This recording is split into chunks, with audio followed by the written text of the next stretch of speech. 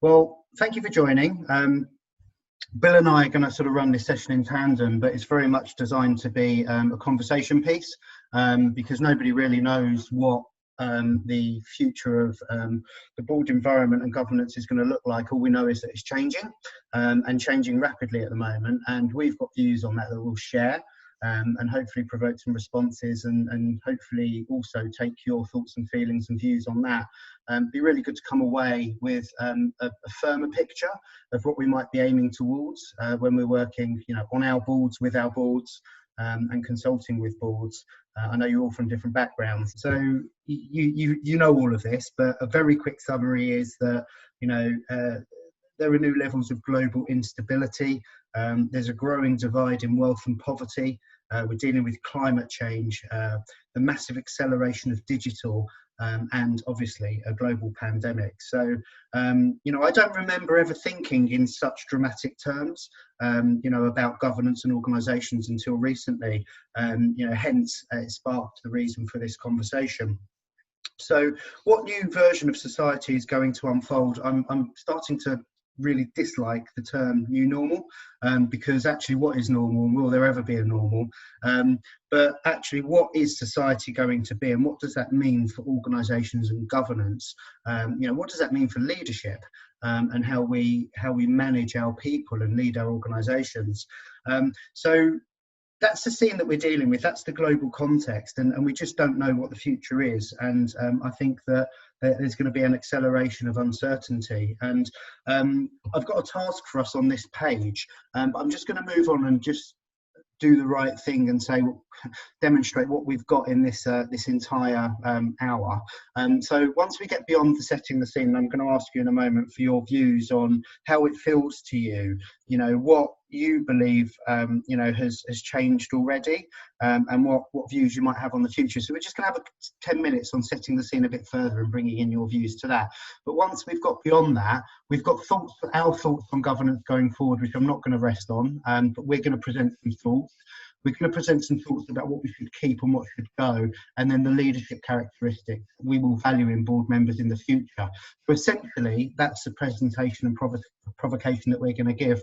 But hopefully, we can have conversations around all of those elements, take notes, and maybe we'll summarise that and send that back to you.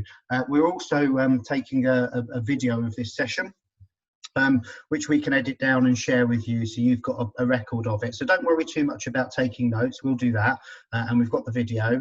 Think about engaging and giving us your thoughts and feelings. I think we'll get more from that. So to this slide again, and the first 10 minutes.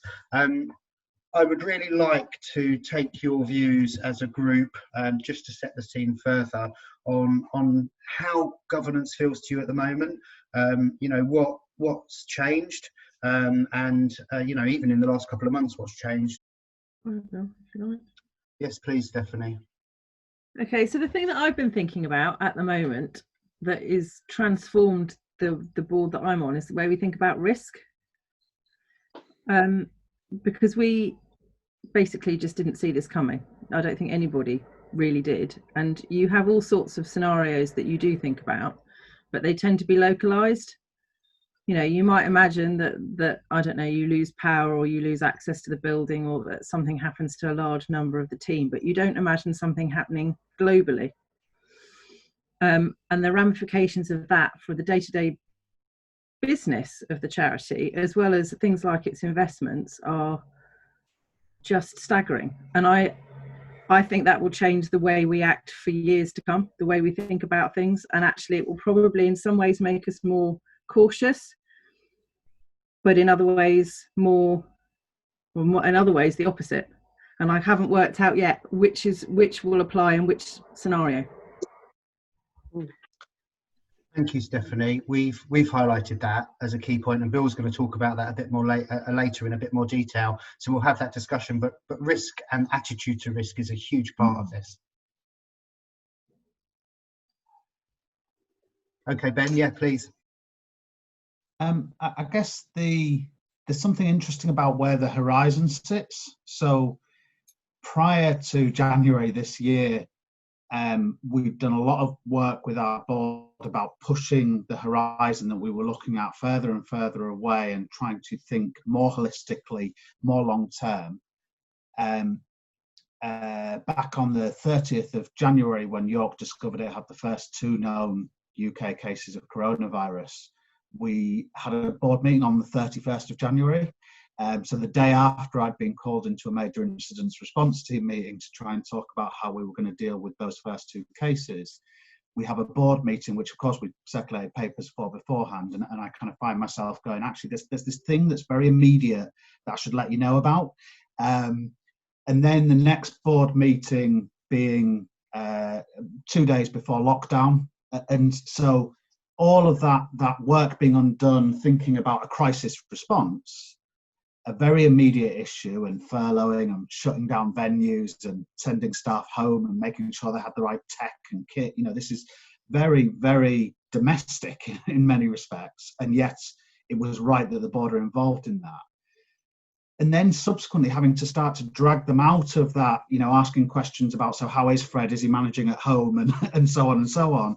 And saying, no, we actually need to start talking about next year now and talking about this easing phase. And so, again, starting to push the horizon a bit further away. And I think all of that is quite a difficult transition, which puts pressure on the difference between leadership and management at times. So, you know, whose responsibilities is it to monitor and view that horizon and think about what sits on it, versus whose responsibility is it to manage ourselves to that horizon? Really important point. Again, I think there's something about agility. You know, we often get into the conversation with boards around where is that line, and it's always shifting. And you know, the last conversation we had, if you joined that webinar, was very much about that sort of thing. But I think it's just, you know, the point you're making there is that boards and governance needs to be more flexible, agile, and able to shift those boundaries and be comfortable with those shifting boundaries, more so now than ever. Really good point, well made, Ben. Yes, please, Carrie. It's perhaps a little bit obvious, but the thing relating to that little bit of the discussion, the thing I've been musing about is the difference in not so much skills within boards and the trustees, but in their instinctive response to risk and changing situations, and the dramatic change in circumstances that we've had. Because there is there is an ability on the part of some of the people that I've worked with to accept catastrophic change and switch, and a lot of other people have been slightly panicked by it. And I think that in the sort of management noise, some of the actual hard skills that they've had have been a little bit lost. So I haven't got any particular insights, except to say that I've been musing a lot about what the relationship is from the point of view of the CEO supporting trustees and trustees supporting the CEO, because I can see the trustees supporting the CEO working quite well at a practical level, but how CEOs help trustees uncover the noise and the difficulty and actually allow them to uncover their insights to take us through to the next stage. It's something about how people respond in crises. I don't know whether or not we can set ourselves up now in looking at our board composition for the future. I don't know whether that's possible. It's something I've been pondering about quite a lot and trying to help my boards move forward. I think there's a piece there about how you respond, but there's also going to be a piece about how you live with the changes that have been made as well. For many organisations that I happen to work with, we're talking about universities and student unions in this context. And, you know, I've heard many a CEO say to me that their university has advanced 5 years in terms of digital technology in the space of as many days or weeks as that. And thinking about what that situation is and what the governance is for that situation as it's changed, or for any organisation that's had to make really wholesale changes right now, I think that's going to be important to kind of re-establish what the context actually is once the dust settles as well. There's also some points there about, I think, diversity in the team, Carrie, that we'll probably come to later. Manish, you had your hand up. Yeah, no, I think probably building a little bit on Ben's point as well, just about I think obviously we've been going through that reactive stage at the moment, and crisis management. We're certainly, I think, most of us coming out of that and looking ahead, and that element of, I guess, keeping an eye on strategy, but also revisiting that strategy, because let's be honest, I think for a lot of us, our strategies aren't going to be as relevant as they were a year ago or 2 years ago when we wrote them. So I think revisiting that element, but also I think communication with external stakeholders and funders in particular is critical at this time. So I think for those of us who work in student unions, that dialogue with the university is crucial. But the other challenge I think we face in the student union sector is at a time when you are potentially relying on your board more, we are also going through mass transition with, you know, in many instances, half our boards are leaving. We've got new trustees coming on board who will be in place for a year, many of them. So that, I think, in and of itself presents quite a significant governance challenge. And I think the lack of expertise from a board point of view, so I serve on some other boards as well. And, you know, it's great when you've got 7 or 8 people and they're all experts in their own field. Student unions are a bit different from that point of view, where we, you know, 2/3 of the board are normally students, and they do come with expertise, absolutely, but it's not always the expertise that you need. So I think it's about how do you shore up some of that, not just with externals, but even just through your governance structures, bringing people on, seconding people, that kind of thing. So yeah, that's just some of my thoughts. Yeah, we're going to go to Rian and then Sarjeep. I'm not going to be responding to these, so we can hear you all quite quickly. So thanks, Manish. Rian, you next, please. Yeah, I just wanted to say something about resilience, really, because I think there's going to be a real, you know, we've had such a sort of length of period around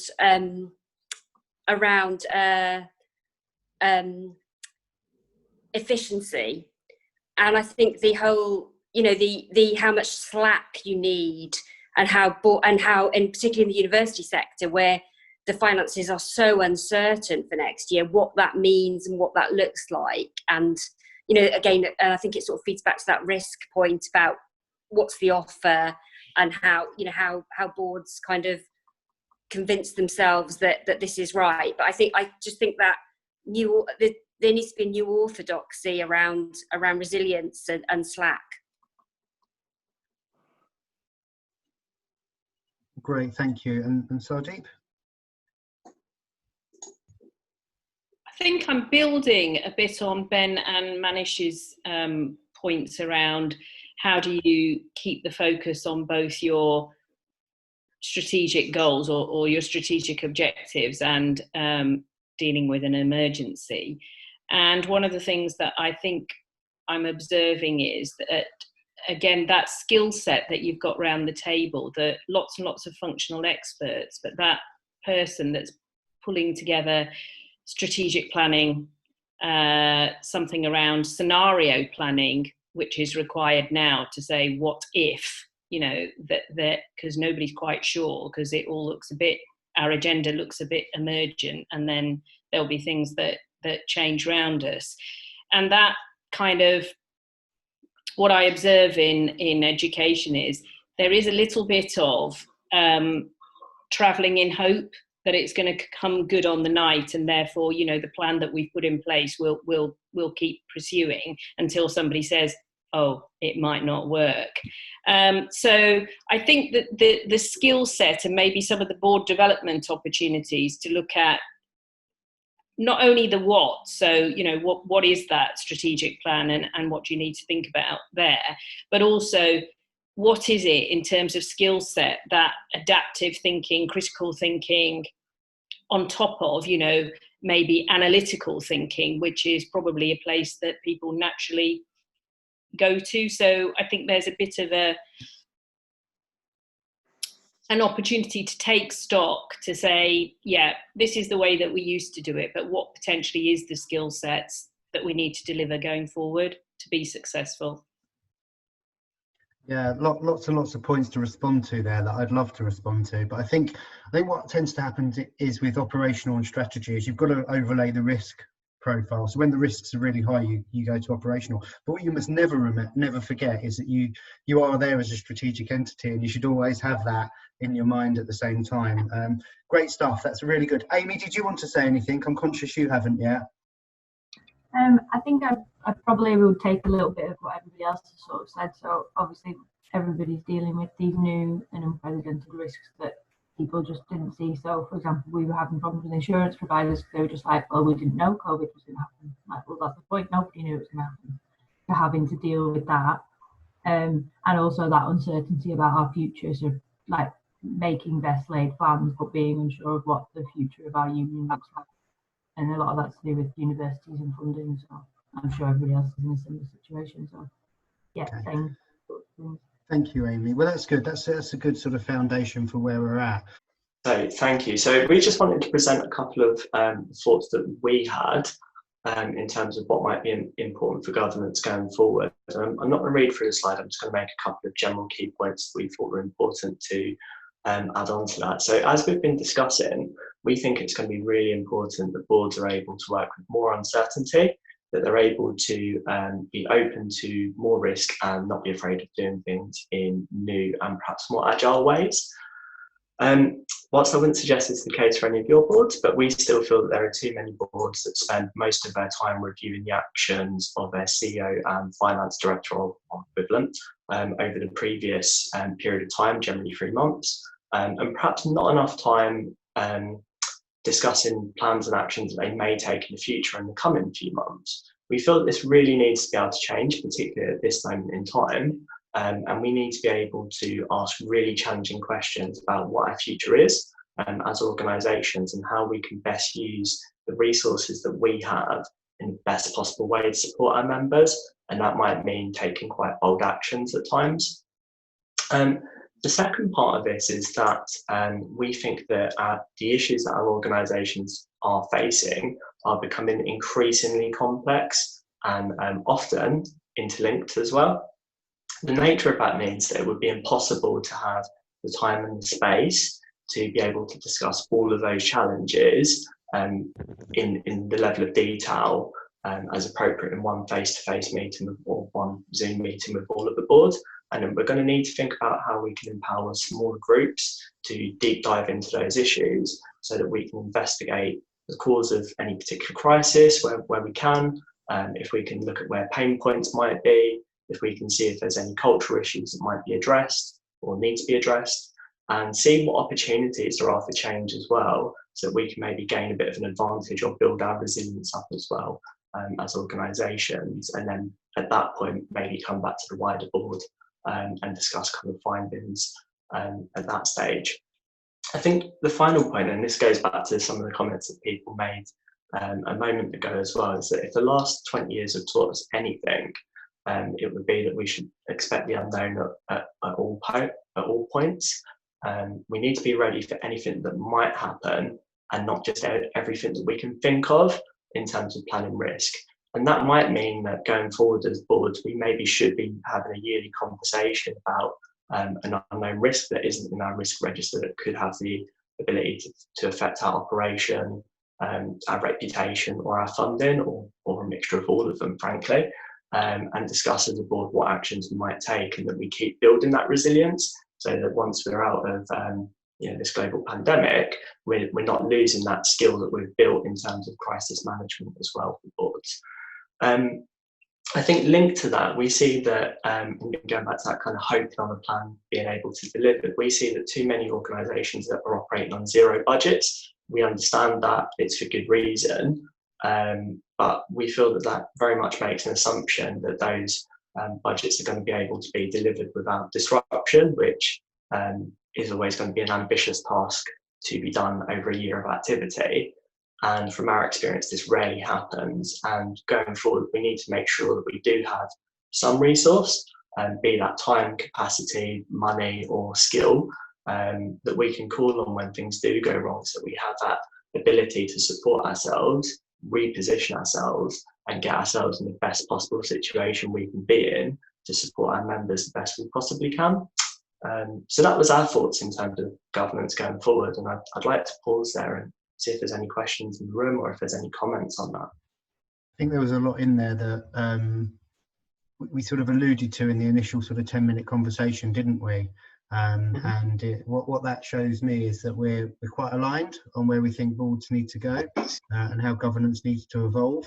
The proactive part, I think, is interesting, and trying to think about what you don't know, what the uncertain risks are, is a real challenge. So maybe there's a part of meetings, it's just a thought that occurred to me, that you put aside on occasion to say what's happening right now in the world that could become the next big thing, and it gives you a slightly firmer handle on what you don't know, and maybe gives you the first step towards what could occur. We could have been talking about a global pandemic in December and January on our boards, given what was happening in China, but we weren't. So there is something there about thinking about what's going on elsewhere that could really have an impact. We talked about the impact on investments, and what's happened. I watched my investments go like that, and now they're starting to rise again. But my financial advisor sent me a really interesting report about the 1 in 10 year event that always happens, and things bounce back, and actually this was not unusual. So it's just about the perspective you put on this and the thinking around the context. So there were just some thoughts that occurred to me, Bill, whilst you were talking, that maybe I hadn't thought through in enough detail. Sure. Okay. And just out of curiosity, I wonder if anyone within their boards has maybe taken an opportunity to split into smaller groups and deep dive in some of the bigger issues that we're facing at the moment. That's something that's been done, an action that anyone's taken, and how that's worked. Ben?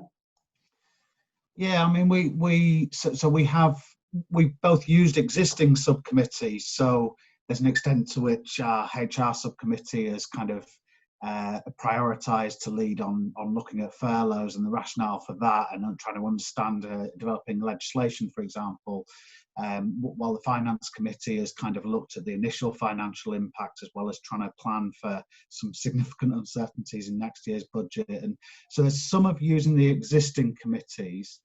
There is one example where we created a temporary IT working group that was really looking at using our technology in different ways to best compensate for home working, but also finding different ways for students to interact with our technology for kind of processes that would have traditionally been quite face-to-face, so ordering online or policy online and so on and so on.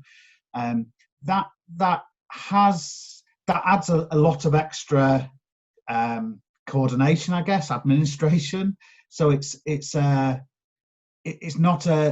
not always immediately fulfilling, but I think in terms of the quality of outcomes, it improves them, right?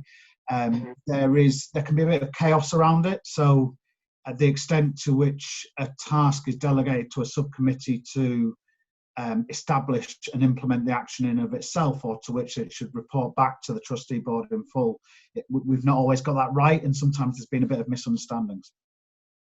Thanks, Ben. That's really helpful. And Sadiq, you had your hand up. Yeah, again, it comes back to that balancing the immediate with the long term, and it feels like there's a lot of things that you need to do piecemeal. You have to, because that's where you are now. But how do you keep one eye on knitting it together? Because almost when we were talking about IT and things like that, it kind of occurred to me that we talk about strategy and we talk about potentially digital strategy or IT strategy. And I think we kind of find ourselves in a place where, what's your strategy in a digital world? It's almost been flipped on its head. So that kind of joining that immediate, let's get people up and running, and then keeping an eye on that to say, okay, as we recover, how do we reform some of the things that we're doing, and keeping that learning? Because I think the other thing that I feel is there's some brilliant things happening, and as a result of being in a crisis, it's overcome some of the barriers that you might have had, and we can't do that, or we might not be able to do that now. So, keeping hold of those things as well, to say, what was it that allowed us to move fast or move forward or change things, that we've been talking about for a very long time. Absolutely. And sort of mirroring those 2 points together there from both of you, I think the importance of IT has never perhaps been more important than what it is right now.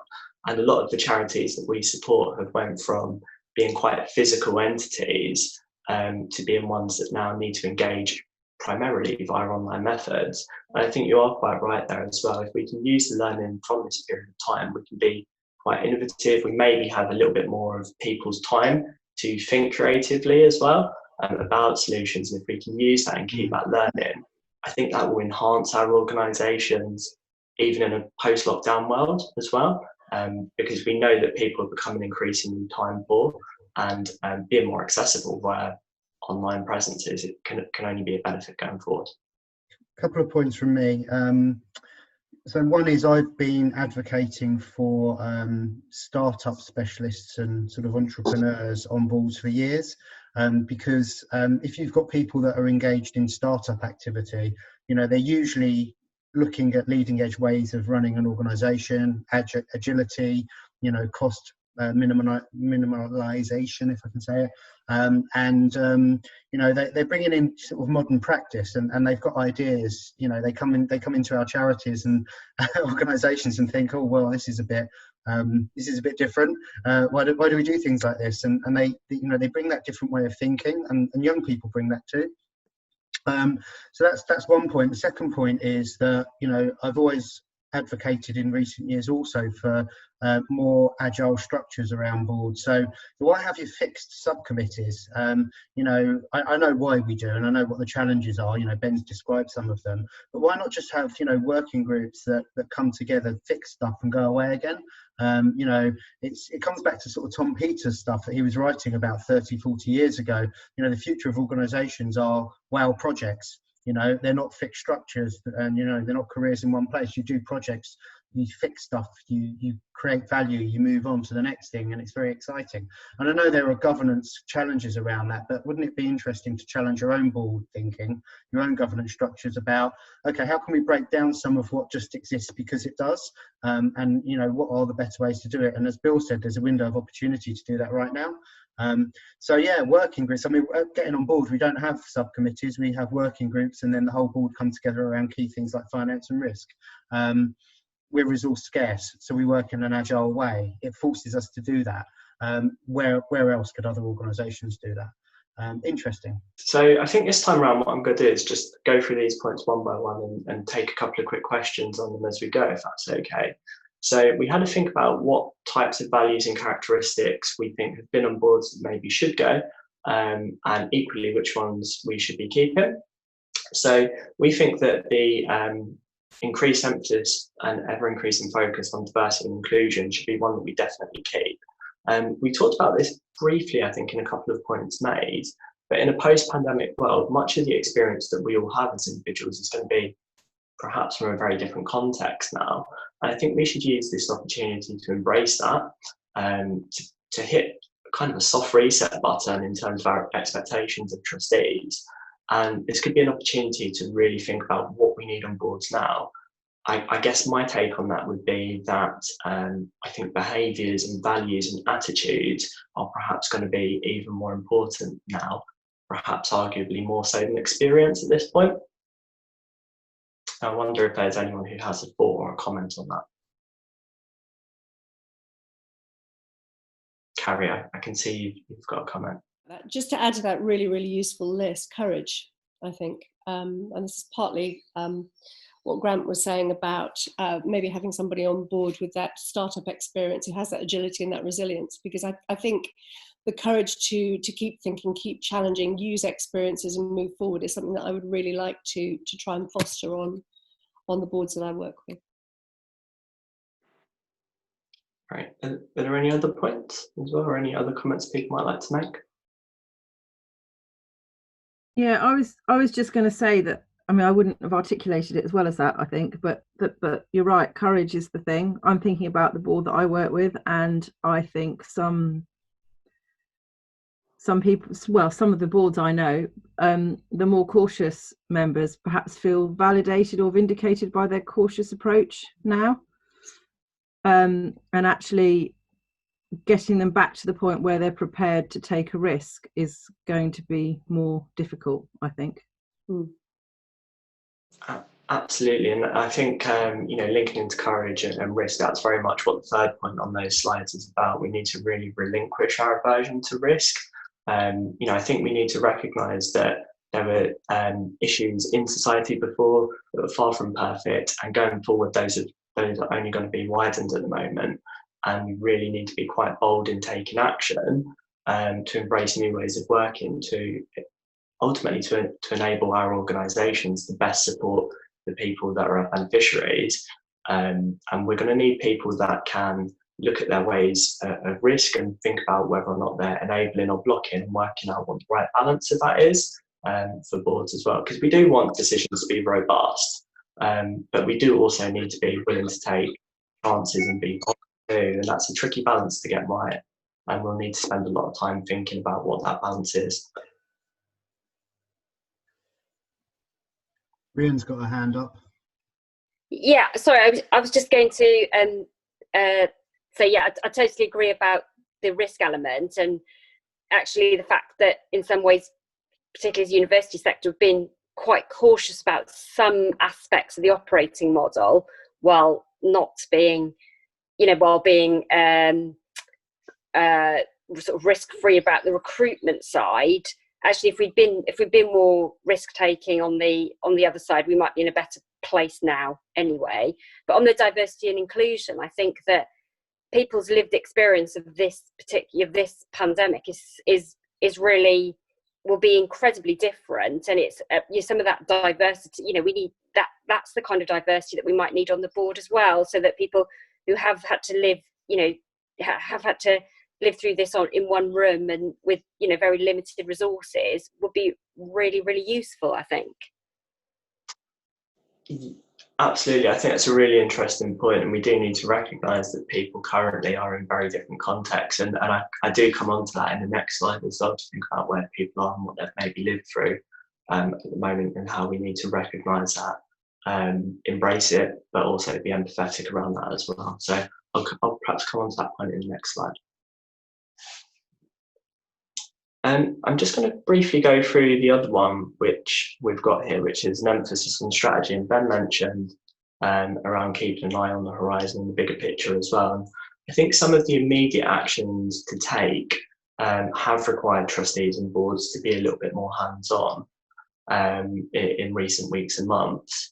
And we do need to now make sure that we continue to utilise our boards in a strategic way, and that we maybe encourage them to focus on the bigger picture, so that we make sure that we're not disempowering our executives and our staff as well, and that we're supporting them to be able to lead now, because we should have reasonable ideas about how we're going to operate, and we need to make sure that we're now bringing that back into the big picture, thinking about what our longer term plans might be if we continue to operate in this context, and indeed what our exit plans might be as well when we are presented with an opportunity to open back up a bit more and everything else. Yeah, just to add to that, I feel very much, we talked at the beginning about how it feels right now for us, but how it feels right now for me and the organisations I'm involved with on this point is that things are clearly changing again. We've taken all the actions we've had to take to safeguard our organisations and adapt.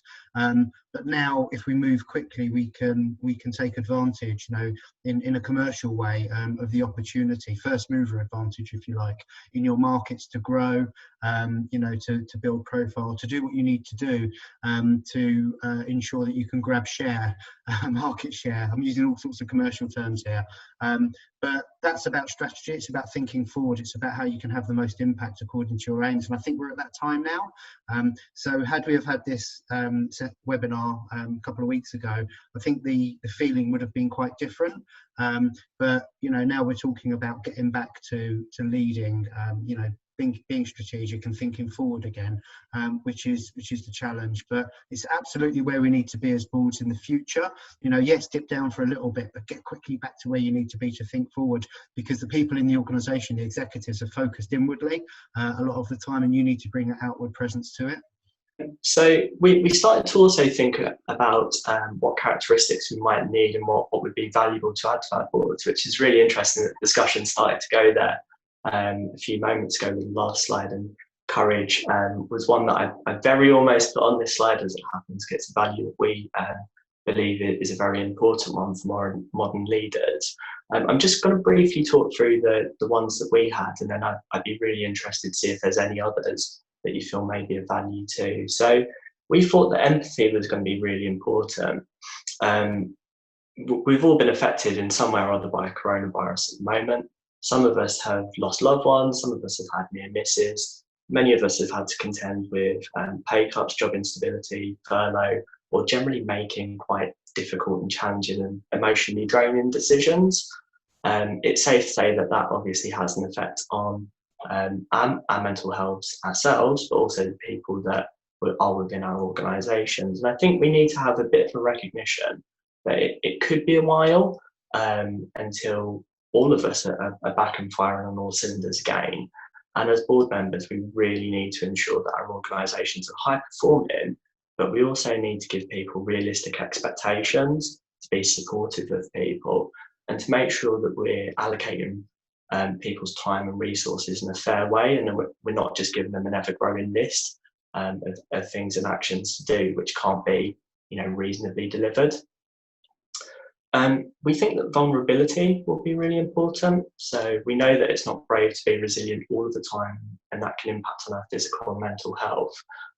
We know that as leaders, that also opens us up to burnout, and it can also set toxic expectations as well. So we need to think about how we're role modelling good, positive behaviour that promotes openness and transparency. We think that's going to be needed to be led from the top with the board and with the executive team, and that being vulnerable could open up conversations with beneficiaries and with stakeholders about building up trust and empowering other people as well. We think currently this is an area that needs a little bit of development, and we don't see as many people as we would like to that are comfortable in sharing failure or showing mistakes as well. And I think that's something we'll all need to work on together as a sector. And the last one we had was just creativity, which is very much, I think, an area where, in contrast, we are already quite good at. We are good at frugal innovation as a charity sector and as an education sector. And I think we'll need to enhance that further. We're going to really need to be able to pilot new and creative ideas that may have to start with little or no funding. And that as board members, we're going to need to make sure, as Grant said earlier, to make sure that we're really creating a time within meetings to have time to discuss idea generation within our governance, and that we are, forward-looking, progressive, and thinking about what we can do to maybe challenge some of the problems that we have. We'll also need to be quick at working out, though, what works and what doesn't. We'll need to be able to tweak, adapt, and cease those activities as well, to make sure that we are continuing to use our resource in the most appropriate way. So those were the values that we thought were important. I very much agree that courage would be another value that would be helpful to have there, but I wondered if there was any other values beyond that people might be interested in seeing. Ben, I see you've got your hand up there. So when you talked about sharing failure, that really resonated, and I mean, in some respects, that's a very negative thing, and I wouldn't normally use. Normally, negative things wouldn't resonate with me so much, and yet there's something in there. Strangely, a couple of years ago, we had an independent board review. You will appreciate, Bill, that of course our board changes personnel quite a lot, but a couple of years ago we had a board review, and one of the observations made was that in discussion and narrative and in interviews, the external reviewer pointed out to me that the board, when it talked about successes and developments and achievements, trustees used the language of we secured, we achieved, the board managed to. So there's this kind of collective success. But when they talked about weaknesses and vulnerabilities and failures, they othered. So management failed to, the CEO didn't secure the, and it's this real othering. And I'd never noticed it until it was pointed out to me.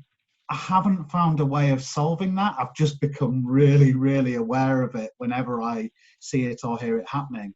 And I really would love to find a way to develop the board so that it's shared. I want them to cheerlead our victories and to own them, but I also want them to own some of the responsibility to identify and deal with vulnerability as well. I've just wondered, so that really resonated. I wondered whether you had any thoughts about how a board can take that journey. I think it's the emphasis on the learning part from that, really, and I think that needs to be really embraced. I suppose in the sense of failure, you highlighted that's currently seen as negative, but I think it's about repositioning that to be something that is positive. If you've worked out something that doesn't work and you've very quickly taken an action to either amend, tweak, or cease doing that thing that doesn't work, then that means that you're using your time, your resources, and your skills in the most appropriate way, and that you can also learn something from it. And I think we need to shift the conversation away from being about blame and what can be learned from this, and how can we use those experiences to improve our practice. And in that sense, that could be quite a positive discussion to have. I've got a couple of observations, Ben, as well. So what I tend to see on boards is,